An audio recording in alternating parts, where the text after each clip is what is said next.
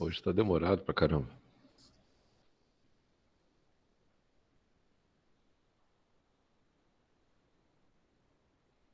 Nossa.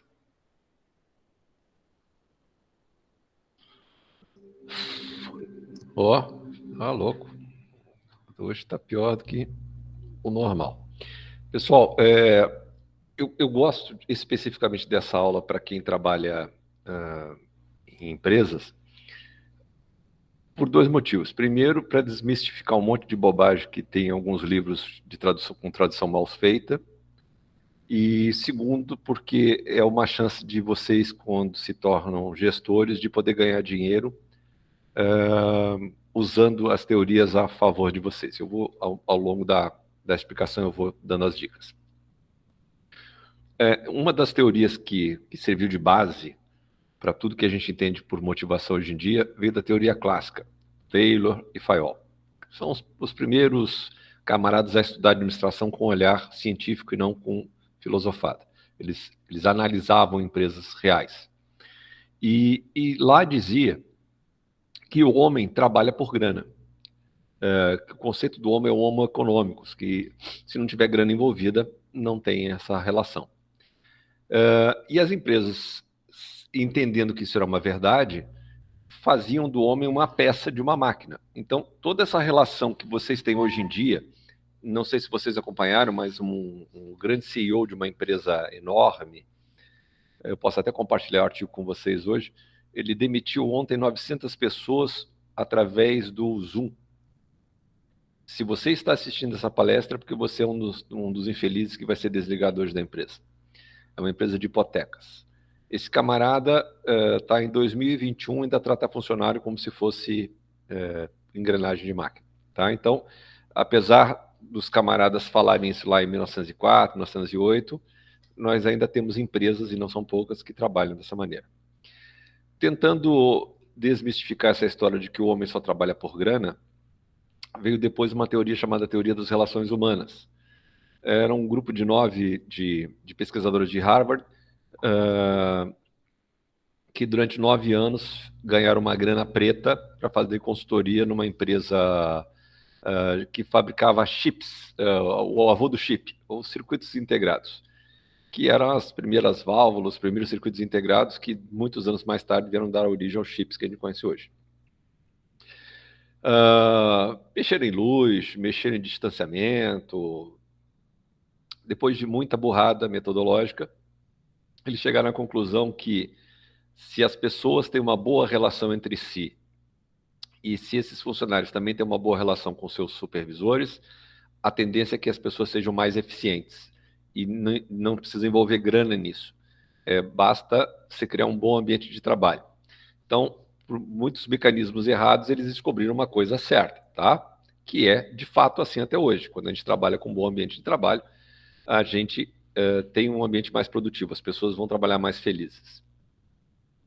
E aí depois vieram a teoria XY, a da hierarquia das necessidades de Maslow, e a teoria dos dois fatores de Herzberg, e mais várias outras que eu só estou pincelando aqui, tá? Eu vou entrar nas próximas, que é o que muito nos interessa. Tem um autor, ele é marroquino, mas ele é radicado no Canadá, milênios, e fala português, e vocês vão conseguir encontrar, eu acho até que eu já mencionei sobre ele em aula, vocês vão conseguir encontrar palestras dele no YouTube, se chama Omar Aktuf, Aktouf. Esse camarada, boa noite aos que estão entrando. Esse camarada diz o seguinte: as empresas continuam nos tratando como éramos tratados na época lá do Taylor e do Fayol. Ele especificamente fala de Taylor. Por quê? Porque quando elas te oferecem um benefício, te chamam de colaborador, eles na verdade estão querendo te manipular para que você produza mais. E enquanto você estiver produzindo, boa noite, Daniel. Enquanto você estiver produzindo, você será útil. Deixou de ser útil, rua.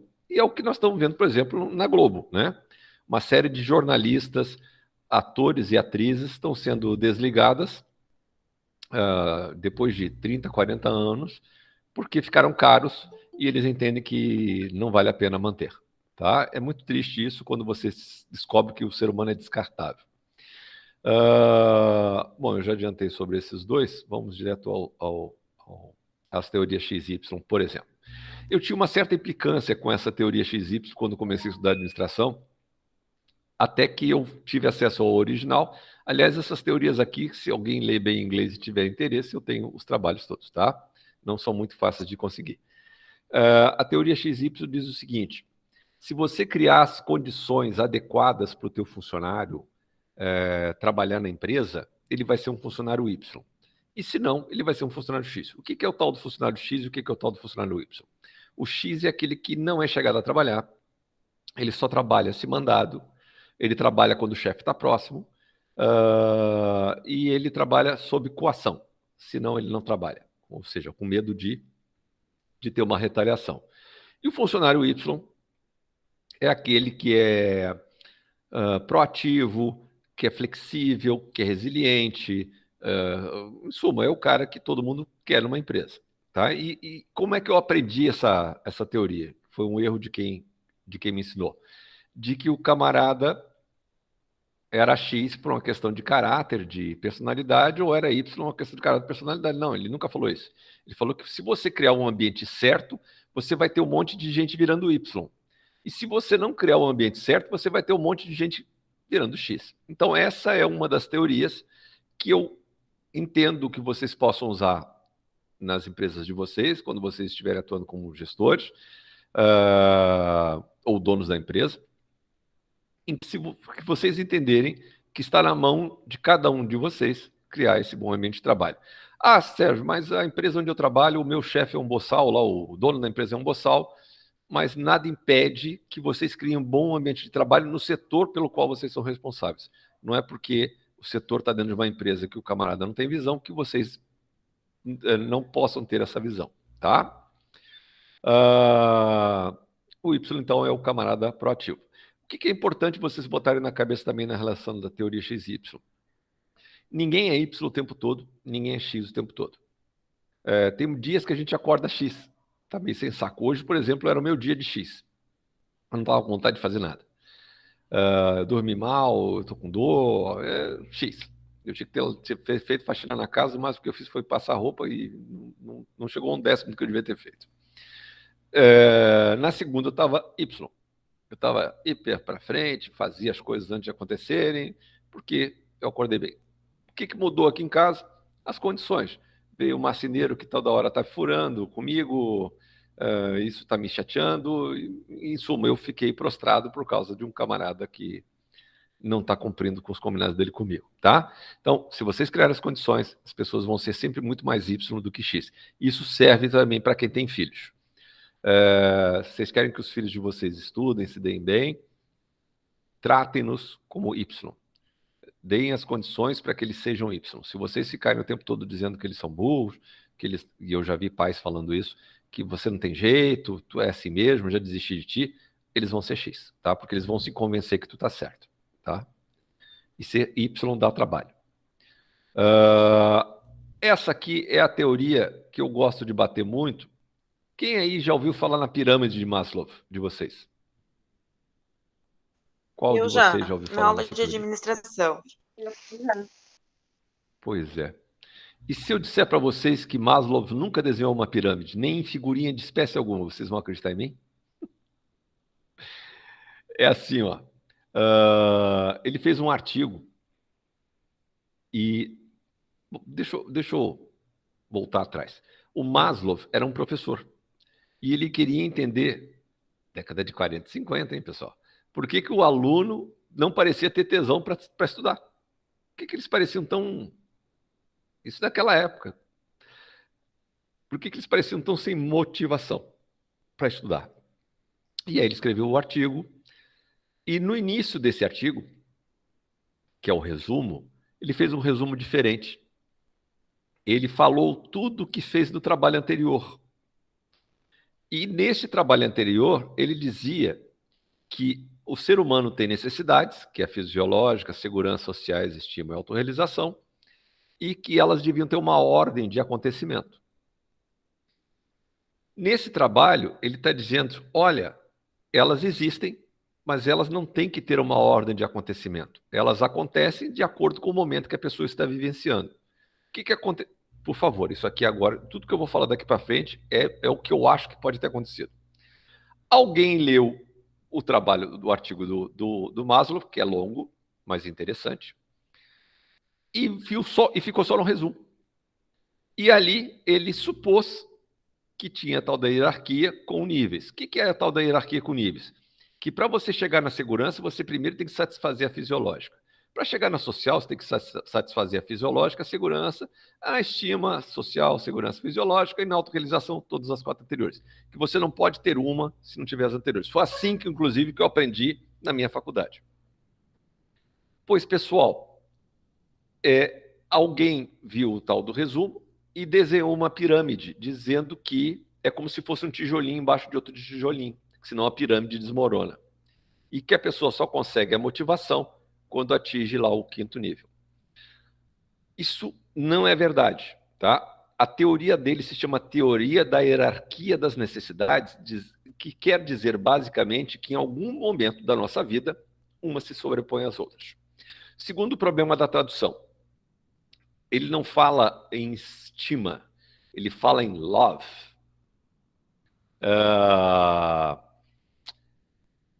Esse love não é o love de amor apaixonado, é o love de carinho, de ser estimado pelos demais, se sentir acolhido, tá? Então, tem mais este adendo. Tá, Sérgio, então por que você está falando isso tudo para a gente? Para vocês entenderem que, às vezes, uma pessoa pode estar lá na autorrealização e, por algum percalço da vida, a segurança vir primeiro. Chutando aqui, eu vou dar um exemplo real e vou dar um exemplo fictício. Um de vocês ganhou na Mega Sena. Cara, vocês já estavam bem com a família, vocês já estavam num emprego legal, vocês estavam felizes, resolveram jogar num determinado dia com a família, cada um fez um cartãozinho e ainda por cima ganharam uma bolada, ficaram milionários. Aí compraram uma casa melhor, compraram um carro melhor e foram para o restaurante comemorar. Na saída do restaurante, todo mundo feliz, chega um camarada com uma arma e bota a arma na cabeça da pessoa ou da família. Vocês não estavam em autorrealização? Estavam. Naquele momento, você estava tendo uma necessidade de segurança. Ué, mas ela já não estava satisfeita? Pois é, passou a não estar. Então, a segurança se sobrepôs à autorrealização. Tá? E eu dou um exemplo real, que está na Netflix, inclusive, para quem tiver curiosidade, daquela moça de Nova Prata, que era casada com o dono da IOC, que aos 42 anos de idade, o camarada tinha vendido a IOC, estava com uma fortuna de dinheiro na conta, tinha uma ex-mulher, tinha a esposa, que era essa moça de Nova Prata, que ele conheceu trabalhando na fábrica dele lá em Nova Prata, e ainda tinha uma amante. E ele tinha um filhinho com essa moça, um bebê. Essa moça, que era formada em técnica de enfermagem, ficou emputecida e resolveu dar um tiro de 22 no cara, porque ele estava atraindo. A estava atraindo. Deu um tiro de 22, o cara era grande, não morreu, e enquanto ele estava desacordado, ela foi cortando os membros dele e colocando na mala. Vocês sabem desse caso, não sabe? Sim? Não? Sim. Tá. Sim. Então, pessoal, esse cara estava na autorrealização. Por que ele estava na autorrealização? Era jovem. Na cultura oriental, ter várias mulheres é um tremendo ganho. O cara mostra que é macho. A mulher, na cultura do pessoal mais antigo, é um objeto. Então, para ele, não seria normal ter uma ex, uma atual e uma substituta. Tinha feito tudo o que queria na vida e estava na autorrealização. Enquanto ele estava sendo cortado, ele estava na segurança. Então, a gente é assim na nossa vida também, tá? Muitas vezes a gente está com uma necessidade de um convívio social, que foi o que aconteceu conosco nessa pandemia. Podíamos até estar com o nosso emprego tranquilo, seguro, a gente produzindo, nosso chefe feliz com a gente, mas, ao mesmo tempo, a falta do convívio nos deixava prostrados. Outros tantos que tinham seus empregos ameaçados estavam com a segurança em perigo. E a fisiológica, caramba, tem um porrão de gente passando fome hoje em dia. Aumentou demais, né? Quantos de nós temos que dar graças a Deus por ter o que comer na mesa? Tem gente que come rato, porque é o que tem, né? Tem gente que come tatu, porque é o que tem.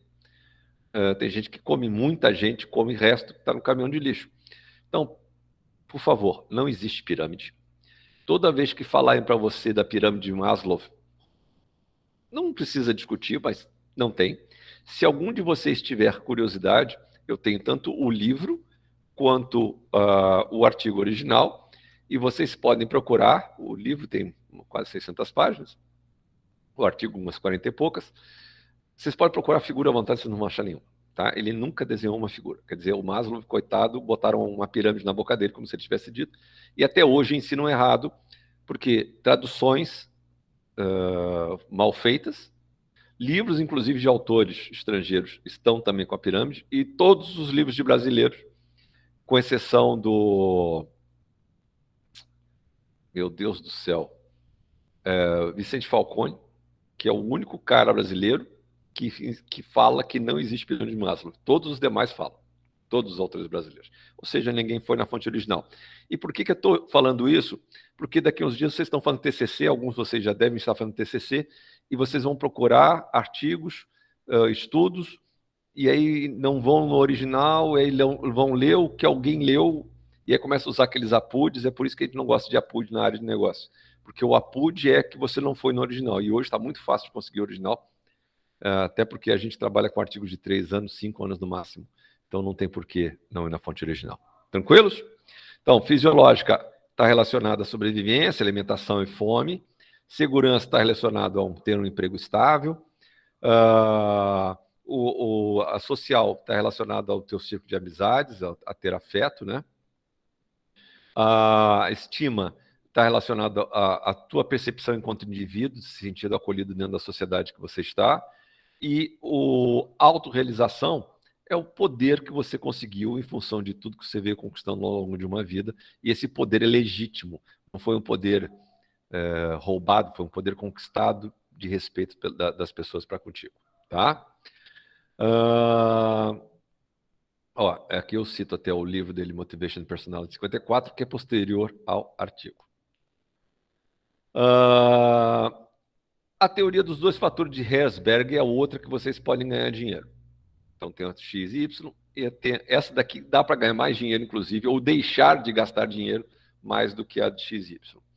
A teoria dos 2 fatores de Herzberg diz o seguinte: existem fatores higiênicos e fatores motivacionais.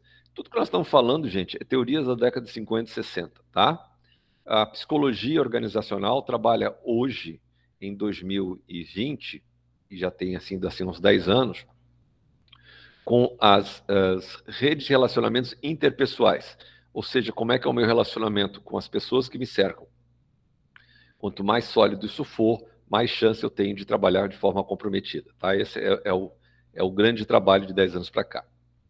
Mas esses autores aqui são os seminais, mesmo os psicólogos organizacionais de hoje citam esses caras todos aqui.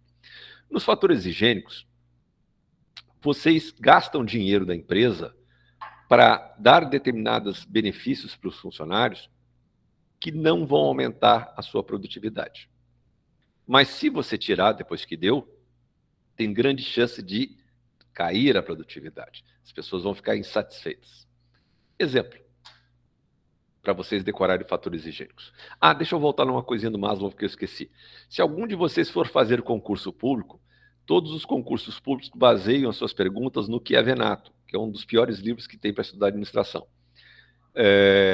São traduções mal feitas de tudo quanto é lado, muitas feitas pelos alunos do Chiavenato, tem um cheio de coisa idiota lá, principalmente na área de gestão de pessoas.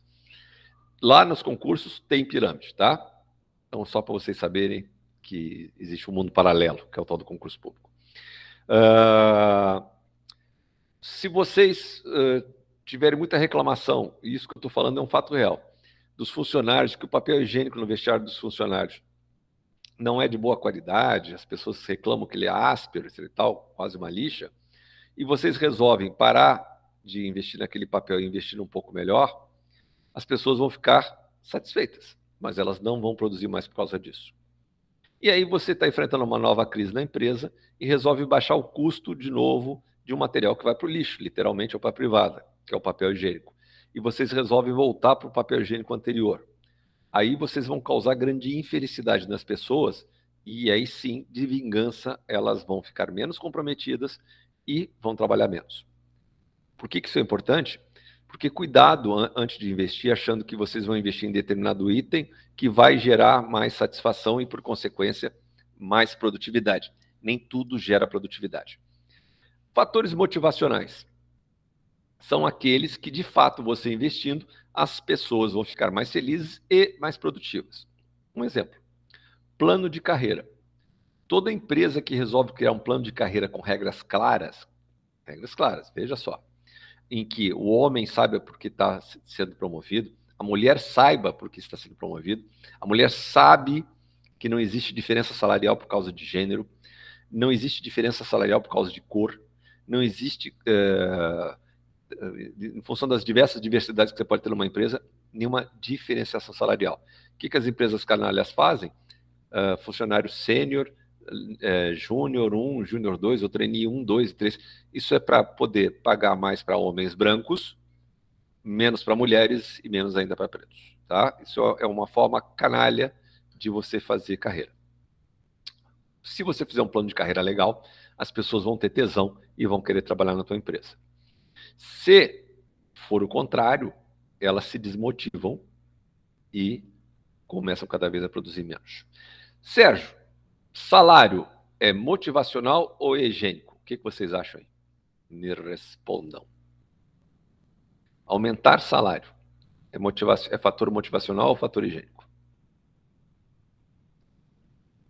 Quem se arrisca? Ninguém? Vocês estão muito covardes hoje. Motivacional? Não é higiênico. Por que isso? Porque o dinheiro ele tem um defeito na vida da gente. Se a gente ganha 5 mil, a gente adequa os nossos custos para 5 mil, sempre querendo ter mais alguma coisa que a gente deixou. Não, tranquilo, eu entendi. Querendo ter alguma coisa, oferecer alguma coisa mais para os nossos filhos, que a gente, com um salário de 5 mil, a gente não conseguia. E aí a gente foi promovido e nos deram um salário de 10 mil. A má notícia que eu tenho que dar para vocês é que esses 10 mil vão durar 2 ou 3 meses, porque depois vai faltar de novo, porque a gente aumenta os nossos custos em função do salário que a gente ganha. E a gente vai voltar a ficar infeliz. Então, não é fator motivacional. Poxa, Sérgio, você está querendo dizer então com isso que eu não devo dar aumento para os meus funcionários? Não, não é isso. A gente tem que pagar o salário justo. Isso é complicado. O que é um salário justo?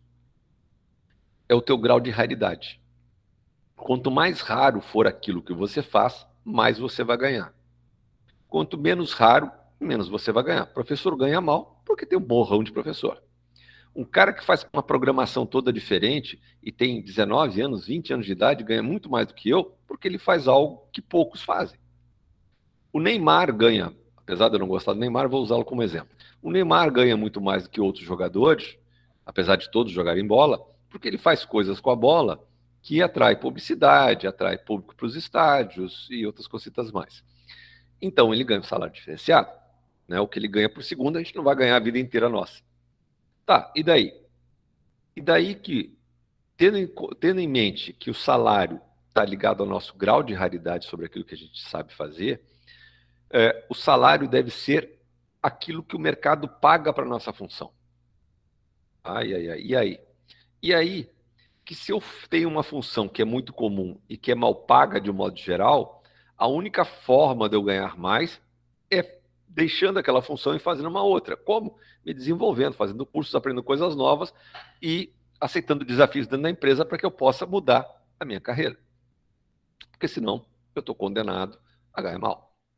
Porque eu vou sair dessa empresa e vou ganhar mais 50 pila na outra, mais 100 pila na outra, mas no frigir dos ovos eu vou estar igual. Plano de saúde. Se o plano de saúde for só para o funcionário, ele é higiênico. Por quê? Porque o funcionário tem grande preocupação com o bem-estar da sua família. Se o plano de saúde for para o funcionário ou funcionária e para pelo menos os filhos desse funcionário ou funcionária, ele passa a ser motivacional. Porque eu agora percebo que a empresa está preocupada comigo e com a minha família. E isso vai me fazer trabalhar de forma mais produtiva, portanto, ele passa a ser um fator motivacional. De novo, onde que eu ganho dinheiro com essa história? Por exemplo, não adianta investir num plano de saúde para o funcionário e esquecer dos familiares. Ele não vai produzir mais. E vai tentar pular fora dessa empresa, porque ele quer passar essa mesma segurança para os seus filhos e vai tentar pular para uma empresa que tenha isso. Entenderam essas duas coisas, pessoal? Fatores higiênicos, fatores motivacionais? Essa história toda, obrigado, essa história toda é para dizer o seguinte, a motivação vem de dentro da gente. Ninguém dá para a gente. As pessoas podem criar as condições para que a gente busque essa motivação. De novo, ninguém para de beber, ninguém para de fumar, ninguém começa a emagrecer ou fazer exercício, a não ser que se convença de que isso é importante para ela. E aí ela vai atrás, senão não vai. Ninguém começa a estudar, ninguém começa a ler, a não ser que se convença disso. Caso contrário, já era. Uma outra teoria que eu trago para vocês é uma teoria que quando eu aprendi eu fiquei muito chocado, porque eu não enxergava que as pessoas fossem assim, mas eu era muito novinho e hoje em dia eu tenho uma outra visão do ser humano. O Vroom, ou Victor Vroom, é um autor que criou a teoria da expectativa. Nós estamos lá fazendo um trabalho de grupo dentro da empresa e na hora de entregar os resultados, eu faço o possível para que o meu nome apareça mais do que os dos demais. Então, como é que eu faço? Eu vou lá e apresento e falo na apresentação, eu coloquei isso aqui na apresentação porque considerei importante. Quando a gente trabalha em equipe, a gente fala nós. Olha, nós ponderamos, e tal, entramos em um consenso de que esses dados aqui são importantes, por isso trazemos para vocês. Nós. Toda vez que aluno vai apresentar trabalho, que ele quer mostrar para o professor de que foi ele que fez o trabalho sozinho, ele fala eu. E a pior coisa que vocês podem fazer para vocês é falar eu numa apresentação. Tá, e aí, Sérgio? E aí que o macete é falar nós mesmo quando só fui eu que fiz. Por quê? Porque bem ou mal você está tendo gente que vai ficar na sua mão te devendo favor, que mais cedo ou mais tarde você vai poder cobrar. Tá, Sérgio, mas pô, eu fico bravo de ter que fazer trabalho com uma pessoa que não ajuda em nada. Ok, a próxima vez que tiver um trabalho em grupo, não convida aquela pessoa. Mas aquele trabalho entrou, vai até o final. Abraça para não morrer afogado lá na frente, tá? Isso faz com que vocês criem uma rede de relacionamentos que vocês vão ganhando respeito dos seus pares pela tua postura profissional, no caso de estudante, tá bom? Teoria da expectativa sempre me chocou, porque eu não conseguia ter a percepção, na época que aprendi isso, de que as pessoas podiam ser tão egoístas, mas são. As pessoas são muito canalhas, tá? Cada dia eu me surpreendo, hoje eu me surpreendi com mais uma. Um sujeito fez um determinado site em que nós tivemos a mão nele o tempo todo fazendo melhorias, melhorias, melhorias. E aí ele vendeu como se ele tivesse construído aquilo sozinho e embolsou 60 mil. Eu fiquei muito bravo. Não foi pelos 60 mil, não, porque íamos dividir para tanta gente que não ia dar nada para ninguém, mas pela disfarçatez de dizer que o trabalho é dele, quando na verdade ele foi construído a muitas mãos, tá? Isso não foi uma atitude legal e esse cara vai precisar mais cedo ou mais tarde de nós, porque já mostrou que precisa, já mostrou outras vezes e a gente vai saber o que falar para ele. E aí, tudo certo, tá? Gestão de carreira. Cristiane, seja bem-vindo. Quem aqui acha que a carreira é de responsabilidade da empresa e não do próprio funcionário? Vocês hoje estão muito participativos. Nossa, um de cada vez. Estou impressionado. Pessoal, vamos lá. Gestão de carreira. A responsabilidade é de cada um de nós. Se vocês não buscarem se desenvolver, vocês não vão ter mobilidade. Vocês não vão ter uma sequência de promoções ao longo da sua vida profissional que vai deixá-los para baixo, tá? Então, a única forma da gente ir para frente é a gente se preocupar com a nossa carreira. Como é que eu posso me preocupar, Sérgio? Por exemplo, já falei para vocês algumas vezes, tem uma porrada de links de cursos lá no Moodle que vocês podem ir fazendo. 99,99% deles é de graça, e os poucos que pedem certificado, confesso a vocês que esse certificado não serve para nada. O importante é vocês dizerem lá no currículo que vocês fizeram o curso tal, que seja curso bom, né? E que aprenderam tal coisa, tal coisa, tal coisa, que é isso que as pessoas têm interesse, porque o certificado não serve para nada, tá? Certificado serve para você comprovar para alguém que você saiu do teu trabalho para fazer determinado curso e ali está a justificativa. Mas para uma entrevista de emprego, o certificado tem muito pouca representatividade. Mas a grande maioria desses cursos que eu mandei para vocês tem certificados. Outra forma de eu fazer uma carreira, lendo. Se eu me mantiver lendo, fantástico, eu tenho grande chance de ir embora, tá? Se não, pessoal, vocês vão ficar, e isso no mundo de hoje é extremamente perigoso, numa situação de estabilidade que não é bom. Porque se vocês quiserem galgar outras coisas, as pessoas vão dizer que vocês não são ambiciosos. Eu ouvi isso, tá? Eu tinha 15 anos de Varig quando fui demitido, e aí uma entrevistadora virou para mim e disse assim, olha, realmente você é uma pessoa estável, tá na cara, porque você ficou 15 anos numa empresa. Mas você, ao mesmo tempo, é acomodado. Você fez uma aposta ruim porque você ficou ao mesmo cargo a vida inteira. Na verdade, é o que apareceu na minha carteira de trabalho. Mas eu ocupei vários postos diferentes enquanto comissário, e aí você ganhava através de gratificação, eu só podia provar através de contra-cheque e através dos conhecimentos do que eu fazia. Então, na verdade, eu tive uma grande mobilidade. Eu saí no topo da minha carreira quando eu fui demitido. Aliás, para curiosidade de vocês, eu comecei na Vale ganhando $2.500 por mês e terminei 15 anos depois, no último posto, ganhando $1.500. De tanto achatamento salarial que teve ao longo do tempo. Eu consegui subir descendo a ladeira do salário. Se vocês não planejarem a carreira de vocês, vocês estão fadados ao fracasso. Mas como planejar? Vocês têm que fazer metas na vida de vocês. A cada 5 anos, vocês têm que estar querendo estar em alguma coisa. Ou dentro da empresa, num outro cargo, ou em uma outra empresa, no cargo que vocês acham que é o adequado para vocês. Por que esse número mágico de 5 anos? Porque 5 anos mostra que vocês foram estáveis, que tiveram paciência para esperar um crescimento dentro dessa empresa, e quando chegar lá pelos 4 anos e meio, sentiu que não vai rolar, está na hora de começar a elaborar currículo e mandar o seu currículo para as empresas que vão reconhecer em você uma pessoa diferenciada. Não entendi. Aquilo que eu já falei outro dia. Se você quer um emprego, é muito mais fácil você conseguir um novo emprego estando empregado. Você vai para a entrevista mais light, você vai para a entrevista mais seguro de si, porque você sabe que bem ou mal tu tem o salário no final do mês. Quando a gente vai desempregado, a gente vai muito inseguro, com medo de não conseguir, de não ser aquela uma porta que vai se abrir. Então, procurem fazer um planejamento de carreira e põe na sua cabeça de que 5 anos é o prazo máximo para vocês ficarem numa empresa. Se vocês não têm chance de crescimento, está na hora de correr fora. Tá, Sérgio, e se eu não aguentar mais meu chefe? Vai aguentando, vai contar até 10, vai tomar uma caipirinha, vai comer um sorvete, vai fazer alguma coisa que te desestresse. Vai cantar, vai dançar, vai namorar, mas não chuta o balde. Chutar o balde é burrice, tá? Você vai estar fazendo aquilo que a pessoa muito queria, que é que você pedisse demissão sem ter custo para eles, tá? E tem gente que faz isso mesmo.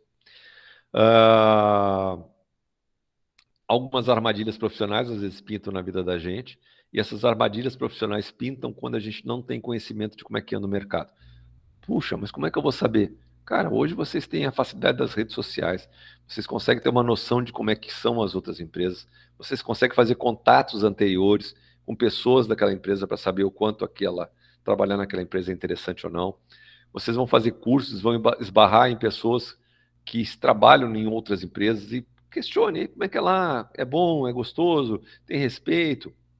Se vocês não fizerem isso, vocês estão fadados a ficar num casulo, e aí mais cedo ou mais tarde alguém vai arrebentar esse casulo e vai te mandar para fora. Tá? Não permita que isso aconteça. 3 tipos de pessoas que nós temos. As que ficam assistindo as coisas acontecerem na vida. A grande maioria é assim, porque tem uma zona de conforto. As que ficam imaginando o que aconteceu.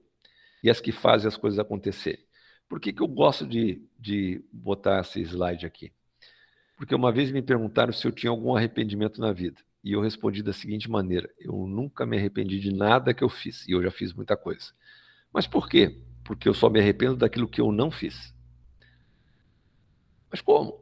Porque se eu fiz e deu errado, eu pelo menos tentei. Se eu não fiz, eu sempre vou ficar me questionando: e se eu tivesse feito? Será que meu futuro não teria sido diferente? Então, eu sempre deixei as oportunidades baterem na minha porta, e é por isso que o meu currículo é tão eclético. Porque à medida que elas foram batendo, e eu achava que aquilo ia me dar um tesão no trabalho, eu ia topando. Tá? E assim foi nos 15 anos de Varig, inclusive, onde eu fiz várias atividades diferentes, bem interessantes, que me gerou um aprendizado, que graças a esse aprendizado foi que eu consegui trabalhar em hospital depois que a Varig me mandou embora. Tá? Se não fosse isso, não saberia nada. Eu aprendi a trabalhar em hotel, graças à Varig, que tinha uma rede de hotéis e que eu ajudava a cuidar dessa rede de hotéis também. Procura olhar com os olhos dos outros, né? Quando a gente olha só com os nossos olhos e a gente está em pânico, a gente não enxerga nada. Então, não se foca tanto na crise, não entra em pânico e, sobretudo, não guarde rancor das pessoas que te fizerem mal. O rancor só faz mal a cada um de nós. O rancor é a felicidade de quem te causou mal. Então, vocês querem ser felizes na vida, não guardem rancor. Rancor não serve para nada, nada. Só te tira tempo, tá? Te tira o foco. Mas a pessoa me roubou. Ok, já aprendi, já entendi, não vai acontecer uma segunda vez. Faz parte. O cara disse que o trabalho era dele, quando na verdade eu que tive a ideia e construí todo o esboço inicial e tal, e nem citou meu nome. Ok, já viu que aquela é uma pessoa não confiável, com aquele tipo de gente, não dá para ter relacionamento, e mais cedo ou mais tarde a máscara vai cair, porque ele vai precisar ter outras ideias, ele não vai poder viver a vida inteira em função de uma ideia, e ele não vai ter capacidade para ter uma segunda ideia. E aí você teve, e terá outras boas que nem você teve. E assim a gente vai indo, pessoal. Tá? Canalha na vida da gente tem um monte, né? Tem gente que sempre faz as coisas do mesmo jeito e espera que os resultados sejam diferentes. Isso não vai acontecer nunca. Se vocês fizerem a mesma coisa que os outros fazem, vocês vão ter resultados iguais. Você tem que fazer diferente. É o que eu tento falar para os meninos do ensino médio. Vários querem fazer medicina. Olha, se você quer fazer medicina, você não pode estudar no mesmo ritmo que os demais colegas. Você tem que procurar tirar 9 e 10 o tempo todo. Por quê? Porque o teu colega que está querendo fazer medicina e está estudando em outro colégio ou até mesmo nessa sala de aula, vai se matar para tirar 9 ou 10, porque as vagas são pequenas, não são poucas. Então você tem que fazer diferente. Fazendo igual, resultado igual. Outro problema, e essa é uma característica da geração atual que afeta vocês diretamente. Cada vez vai ter menos posto de trabalho. As máquinas vão assumir boa parte dos trabalhos que são atividades burras. Já tem na Coreia do Sul robô fazendo limpeza de banheiro, a higienização completa, inclusive do vaso sanitário. A Renner de São Leopoldo trabalha com robô, já falei para vocês, varrendo, matou a tia da limpeza. A tia do cafezinho também está condenada a desaparecer. Gari na rua, já tem algumas cidades no mundo que não tem mais gari na rua. Toda atividade que não precisa de penso, que não precisa de criatividade, vai ser eliminada. Vai ter uma máquina fazendo no seu lugar. Garçom. É uma profissão em extinção. Contador. É uma profissão em extinção. Poxa, mas o que o contador vai fazer? Consultoria. Ele vai ter que usar a cabeça para prestar consultoria para empresas que querem melhorar a sua arrecadação ou seus descontos. Ele vai ter que usar a sua expertise para dar conselho. Mas aquele trabalho contábil burocrático, esse está sumindo. Radiologista, já falei para vocês algumas vezes, não precisa. Os advogados, início de carreira, não conseguem mais se colocar. Já tem inteligência artificial fazendo a varredura dos processos para encontrar jurisprudência. Isso em Porto Alegre. Tá? Então, vocês vão ter que se adequar à nova realidade. Essa nova realidade é trabalhar por projetos. O que é trabalhar por projeto? Eu sou muito bom no que faço e presto esse meu serviço para a empresa onde eu trabalhava, para uma empresa na Índia, para uma empresa nos Estados Unidos. E eu moro em Porto Seguro. Lá tem uma boa conexão de internet, ou o grande lugar para se morar hoje, que é o Tchan dos nômades, que é Ilha da Madeira, que pertence a Portugal, em que os caras criaram toda uma estrutura justamente para que esses nômades possam morar lá, tendo ótima qualidade de vida, um bom clima, toda a qualidade da vida europeia, segurança e um baita sinal de internet que é para poder trabalhar sossegado, tá? Se vocês botarem na internet, vocês vão ver nômades digitais na Ilha da Madeira, vocês vão ver que tem um monte de gente lá. Tem um monte de outras profissões que estão surgindo aí, cujo nome eu nem sei quais são. Há uns 5, 6 anos atrás surgiu o gerente de mídias sociais. Eu fui ver o que que era. A pessoa passa o dia inteiro, 7 dias por semana, 24 horas por dia, monitorando as redes sociais. Se falam alguma coisa da empresa, a pessoa tem que imediatamente interagir com essa pessoa que criticou a empresa e falar de um jeito que não ponha mais lenha na fogueira, nem ela possa usar isso como uma prova contra a empresa numa discussão judicial, e ao mesmo tempo interagir positivamente com aqueles que falam coisas boas da empresa. Puxa, qual era o salário? Ah, caras, há 5 anos atrás, o salário era em torno de 8 mil reais, o que hoje equivaleria a uns 15 mil. Puxa, mas é um puta salário? É. Quais são as duas características que essa pessoa precisa ter? Escrever muito bem e ter o discernimento do que escrever. Porque se ela escrever bobagem, vai piorar a situação, tá? Puxa, e a vida dela? Ah, tá lascada, não tem vida. Ela passa o tempo todo disponível para as redes sociais, porque as pessoas não escolhem de 8 a 5 para falar mal da empresa, né? Os pessimistas sobre o atual sistema. Existirá uma massa de trabalhadores excluídos, é verdade. Não haverá lugar para todos, é uma outra grande verdade. E essa é uma preocupação que existe já forte nos Estados Unidos há uns 3 anos. Porque lá também tem uma mão de obra não qualificada para as novas ocupações. Seja porque não teve alimentação adequada, seja porque não teve uma educação básica de qualidade. E essa massa de pessoas vai gerar um custo para o Estado grande, porque elas não vão gerar impostos e ainda vão ficar dependendo do dinheiro do Estado. Então já estava se pensando num fundo onde as pessoas poderão ganhar $1.000 por mês durante 2 anos para se qualificarem e tentar entrar de novo no mercado de trabalho. Então estavam pensando em montar esse fundo lá. Aqui,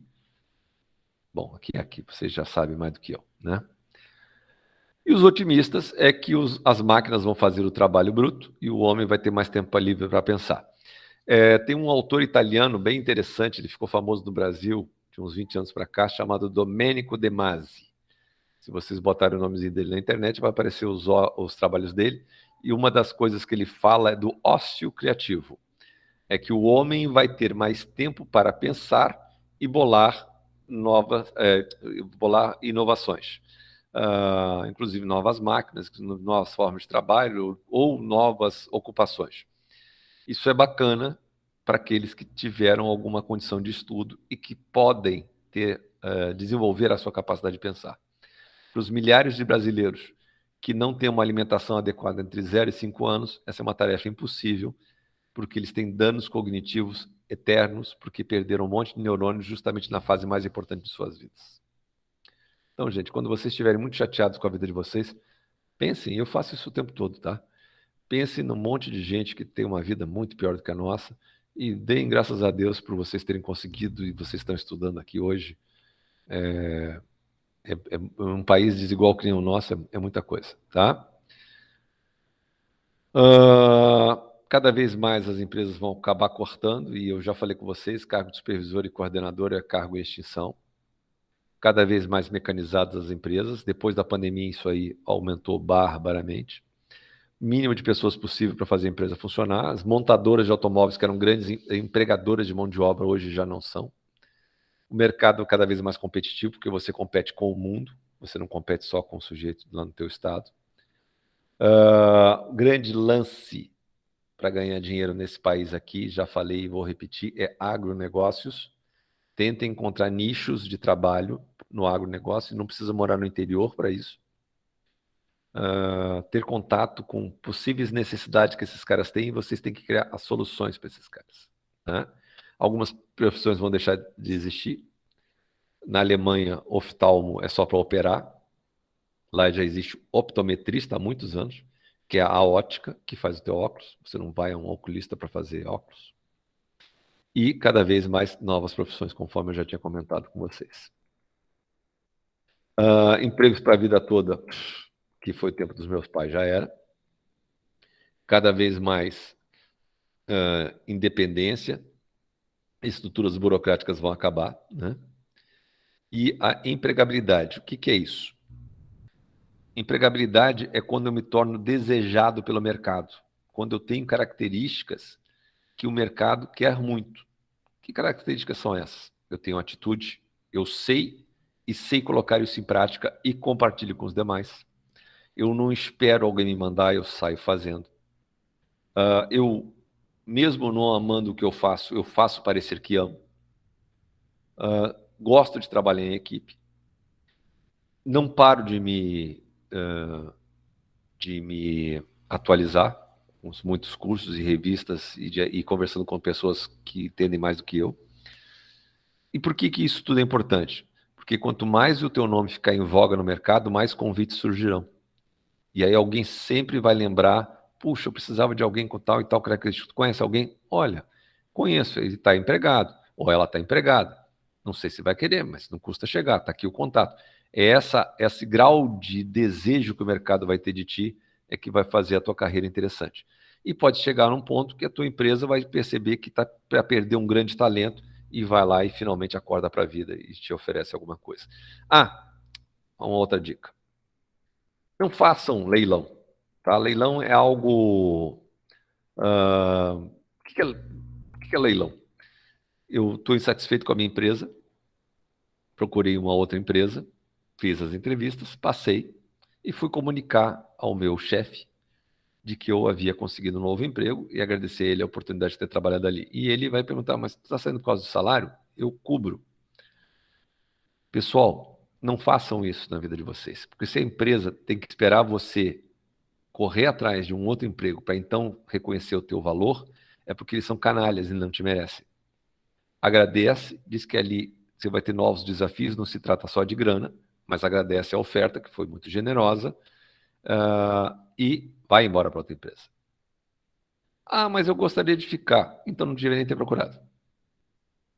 Achou? Vai, porque senão tu vai fechar uma porta lá que mais cedo ou mais tarde você vai precisar e aí ela vai estar trancada, porque eles perderam tempo te selecionando. Então não faça isso, tu te queima no mercado, tá? E vai se queimar inclusive com o pessoal de RH que trata de passar o teu nome para outros colegas da mesma área. Inteligência emocional é a nossa capacidade de relacionamento com os outros, né? É a capacidade de eu saber que eu não posso querer que o outro seja igual a mim, de que ele não compreende ou ela não compreende coisas que eu acho fundamentais porque os valores dele ou dela são diferentes do meu, né? Esqueçam da possibilidade de que vocês vão ser super-heróis. As empresas, as canalhas vão querer que vocês sejam super-heróis. Vocês não são, vocês são seres humanos. E aí, pessoal, como é que eu faço para trabalhar numa empresa que me reconheça como ser humano? Fique atento, converse muito e mande teu currículo para aquelas empresas em que o RH é diretoria. RH, gerência, vocês são bucha de canhão. Vou dar um exemplo aqui para o Instituto Federal, tá? Vocês e nós vamos ter que comprovar que nós somos vacinados para podermos voltar à aula presencial. E aí veio um e-mail duplo com informação dobrada. Num dizia que a gente tinha que postar o nosso negócio numa vacina, e no outro, que foi o anterior, dizia que não, que era ou. Ou eu mostrava no dia ou não. Ou botava nesse sistema. E eu não quero botar no sistema, porque o sistema é muito chato de inserir lá. Eu tenho que inserir mês a mês. Achei aquele no saco. E mandei um e-mail questionando o que estava lendo, a primeiro ou o segundo? Não, houve um equívoco, coisa tal, é o primeiro. Ok. Então o que eu fiz? Eu peguei o meu certificado de vacinação e mandei para o RH. Aí o RH me respondeu: não é aqui. O RH cuida das pessoas. Então, o que eu posso concluir? Que o RH no Instituto Federal nada mais é do que um departamento de pessoal, que se preocupa com férias, contra-cheque, falta, testado. Não é RH, lamentavelmente, tá? Entrou uma imagem aqui que não era para ter entrado. Peraí, vou ver por aqui. estejamos de acordo ou não, o mundo do trabalho mudou, não é mais o mundo do trabalho que vocês tinham entrado lá anos atrás e não é mais o mesmo mundo de trabalho que meu Deus, eu comecei a trabalhar em 1980, que eu entrei. 38 anos, que loucura. Se eu estou ciente de que o mundo não é mais o mesmo, automaticamente eu tenho que estar ciente também das consequências das minhas decisões. E para que eu tenha mais chance, a maior coisa que eu posso fazer é continuar me desenvolvendo. Tem uns alunos que dizem que eu sou maluco, tá? Eu acordo 4 e pouca da manhã, deixa eu fechar esse troço aqui, para estudar todo dia. Que droga isso aqui. Entrou uma imagem, eu não consigo tirar essa imagem. Bom, vamos lá. Depois eu vejo lá.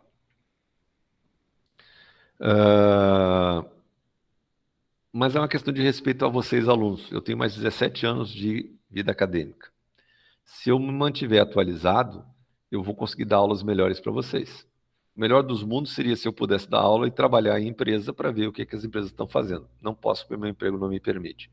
Então, o que eu faço? Eu leio, estudo e converso com muita gente que ainda está trabalhando em empresa para saber como é que as coisas estão rolando. E sou casado com uma mulher que trabalha em empresa privada, então procuro me manter atualizado. Porque senão, pessoal, vocês vão ter o que eu tive quando eu fui estudar administração, em que a professora chegou com um slide do case VASP. A VASP tinha quebrado no início dos anos 80 e ela estava tratando aquilo como algo atual. Ou seja, uma mulher fez aquilo quando a VASP quebrou e manteve aquela aula mês a mês, ano a ano. Perdeu completamente o respeito. Eu não vou fazer isso com vocês. Tá? Dúvidas? Colaborações? O que vocês gostariam de falar? Professor, ali o senhor falou a respeito do RH. Então, o que difere um RH de departamento pessoal seria um pensa nas pessoas e o outro mais da parte burocrática? Eu não teria definido melhor. É isso aí, tá? O DP, Departamento de Pessoal, cuida de atestado, cuida de contra-cheque, cuida de falta, do basicão. Só que esse tipo de trabalho, hoje em dia, em muitas empresas, é feito pelos escritórios de contabilidade. Porque existe um site do governo chamado E-Social, que você insere todas as informações eletronicamente. A carteira de trabalho hoje é digital. E aí, o que eu faço? Em vez de ter um monte de funcionário na empresa só inserindo dado em computador, eu contrato um escritório de contabilidade, que por sua vez tem uns 6 estagiários lá, que conseguem fazer isso de forma mais eficiente, sem erro, e não só para mim, ele vai fazer para mim e para um monte de outras empresas, porque como eles só fazem isso, eles fazem isso com mais velocidade. Isso reduz o meu custo. E aí, o que fica com o meu RH? O meu RH fica com a parte de treinamento e desenvolvimento, que é fundamental, e não pode deixar de fazer parte de recrutamento e seleção. Ainda que ela tenha um portal tipo Gup e outros que tais, para fazer um recrutamento inicial, mas a empresa tem que ter um RH próprio, porque só a empresa sabe que tipo de funcionário ela quer botar para dentro. Por mais que ela diga para um consultor, o consultor não conhece os valores da empresa no dia a dia como o RH conhece. O resto, pessoal, é trabalho burro, burocrático, que as máquinas fazem melhor do que a gente. Boa pergunta, Simone. Mais alguém gostaria de falar? O senhor sabe que o que eu percebo muito é que para a área hoje do RH, eles estão solicitando muita parte de estudante de psicologia. Eu não sei por que isso, porque a minha formação de trabalho sempre foi essa área do RH, departamento pessoal e tal. Sim. E assim, eu me vi um pouco perdida, porque como eu servi o exército 8 anos e voltei para o mercado de trabalho agora em fevereiro, eu tive um certo problema em ingressar na área de novo por causa disso. Sim. Porque tem que estudar psicologia e tal. E além de essa parte de leis trabalhistas, coisa mudou um pouco nesses 8 anos. Isso. Então, eu me senti um pouco fora. E aí, o que aconteceu? Eu digo, não, eu vou partir para a área da logística. Sim. E já que eu estou estudando e tudo mais, e conseguir me inserir no mercado de trabalho pela logística, com o curso que eu estou fazendo hoje. Sim. Sabe? Só que não é fácil uma empresa abrir as portas para ti sem ter experiência na área da logística, Sim. sabe? Então, hoje eu vejo assim que eu tive, não sei se sorte, mas consegui me inserir pelo curso que eu estou fazendo. Que Porque bacana. se eu dependesse da área de recursos humanos, talvez eu acho que eu não conseguisse, porque eu vejo um mercado muito saturado. Muitas pessoas boas que estão desempregadas. Eu concordo com você em tudo. Assim, ó, eu vou te explicar o porquê da psicóloga. Exatamente por causa da parte de treinamento e desenvolvimento. Tá? Eles acham que é um erro que as psicólogas fazem esse trabalho melhor do que o pessoal da gestão. Não fazem, tá? Elas só fazem mais testezinho do que o do pessoal da administração. Elas são menos objetivas, elas são mais subjetivas. É uma característica da formação delas. Pessoalmente, eu acho que um bom RH é mesclado de pessoal da área de gestão com pessoal da psicologia. Acho que dá um match legal. Agora, só um ou só o outro, eu não acho uma boa, não. Já vi e não funcionava bem, nem só gestão, nem só psicologia. Mas eu faço coro com você. Inundou o mercado de uns tempos para cá e tem gente demais disputando as poucas vagas. Então, para a área de RH, a minha sugestão, se você quiser voltar, é fazer um concurso, por exemplo, no Hospital de Clínicas, que toda hora abre lá, na lista de RH. Toda hora abre. O salário não é grande coisa, porque o Clínicas não paga bem, mas é um local onde você vai ter igual chance a todo mundo, só tem que estudar para o concurso. Tá? Salário 6 mil, acho que bruto, e acaba caindo para uns 4 mil e pouco, mas trabalha bastante. Por isso que toda hora abre, porque o pessoal não aguenta o ritmo lá do Clínicas. De um modo geral, as empresas estão pedindo umas formações fantásticas para botar no RH, mas pagando salário de 3 mil reais. E aí, pagando pouco, você vai ter uma mão de obra menos qualificada, ou qualificada em faculdades sem qualidade, que se sujeita a trabalhar isso. Assim, ó, pega minha esposa, tá? Minha esposa é enfermeira. Tem emprego de enfermeira para 2.200 e tem emprego de enfermeira para 8 mil. A pessoa que foi formada numa faculdade de má qualidade vai topar o de 2.200, porque ela nunca vai conseguir o de 8 e pouco. Tá? A mesma coisa no pessoal de RH. Está inundado de gente, tem gente demais fazendo a mesma coisa. Logística, pessoal, é o futuro desse país. Só que especificamente logística no agronegócio é onde vocês vão ganhar grana. Então, vocês têm que parar um pouco desse negócio de empresa de transporte para lá e para cá e começar a pensar em produtos que sejam para o pessoal da área de agronegócios, que muitas vezes é processo, porque logística não é só caminhão, né? Logística é processo. E aí, se vocês começarem a repensar os processos desses caras, vocês vão ganhar dinheiro. Muito dinheiro. Eu tenho um monte de ideia. É uma área que eu gosto, me encanta. Mais alguém? Obrigado, Simone, pelas colaborações. Mais alguém gostaria de falar? Nada? Prezados, assim, ó, nosso próximo encontro é o último desse ano, dia 14. Então, no dia 14, vocês têm mais um trabalho para me entregar, acho que a Simone já mandou, que foi a única até agora, pelo que eu me lembro, que é isso, um texto que vocês vão ter que me dizer o que é que os motiva a estudar. Né? Cada um tem a sua própria história, e me dizer por que vocês tiram tempo da vida de vocês para poder estudar. Tá? Porque isso, para botar na cabeça de vocês que a motivação vem de dentro. Com esse negócio da pandemia, eu tenho ouvido direto uns dados de evasão e toda hora trazem à tona a evasão no ProEja, que são as pessoas de 18 anos ou mais que abandonaram os estudos e que voltaram a estudar agora. Antes da pandemia, de cada 30 que entrava, a gente já formava 8. Tá? Agora, com a pandemia, de 30 vão se formar 5. Não foi muita diferença. Né? Então, é para mostrar a vocês que essas pessoas têm que ter uma motivação 10 vezes maior do que a nossa, porque tem gente com 50, 60 anos, que já está há muito tempo de qualquer banco de estudos, e aí tem que estudar física, matemática, para eles é muito mais complicado, às vezes não tem nem apoio da família, não tem local para estudar. Cara, esse povo é movido à motivação. Eu tenho as minhas 5 alunos ali do segundo ano, que eu sou apaixonado pelas 5. Elas são fantásticas. Eu tenho diarista, eu tenho de tudo ali, tá? Tem outra que faz boneca para vender. Sou apaixonado porque cara, elas trabalham o dia inteiro, ainda vendendo noite para aula. Tem que ter muito tesão. Muito. Eu tenho muito respeito por elas. Pesados, da minha parte, encerramos. Então, no próximo dia 14 a gente se vê e se dá desejo um Feliz Natal. Tá bom? Tranquilo? Certinho. Então tá bom. Tudo bem. Certo.